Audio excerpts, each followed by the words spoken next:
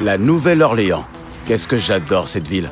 Et à part quelques années passées à New York, j'ai vécu ici toute ma vie. La Nouvelle-Orléans est l'une de ces villes où les gens profitent de la vie. C'est ce qui la rend géniale. C'est la terre du jazz, du gombo et de Mardi Gras. Et ces jours-ci, d'une population de requins qui ne cesse d'augmenter. Pour comprendre pourquoi ils sont de plus en plus nombreux, je me rends à la périphérie de la ville. Le lac est à 5 minutes d'ici, là où les requins nagent sans trop s'éloigner de chez eux. On pêche sous ce pont, près des piliers, parce que les piliers sont devenus un écosystème. Avec une superficie de plus de 1500 km², le lac Pontchartrain est la plus grande étendue d'eau de Louisiane. Le lac est en réalité un lagon relié par des canaux au golfe du Mexique. Ce qui veut dire que les requins peuvent entrer dans le lac directement depuis le golfe.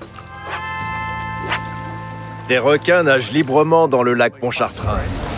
Un pêcheur local a attrapé un requin bulldog de près de 2 mètres, juste ici, le long de cette digue.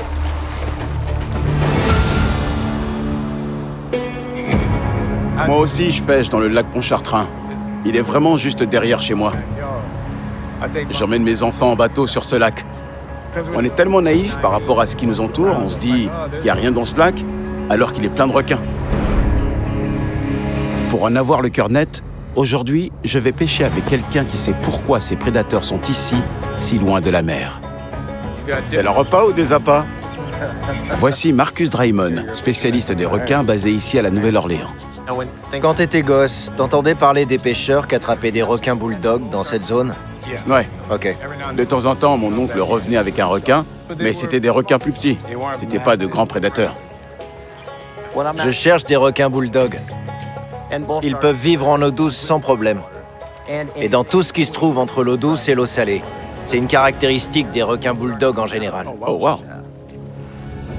Les requins bulldogs ont ce super pouvoir.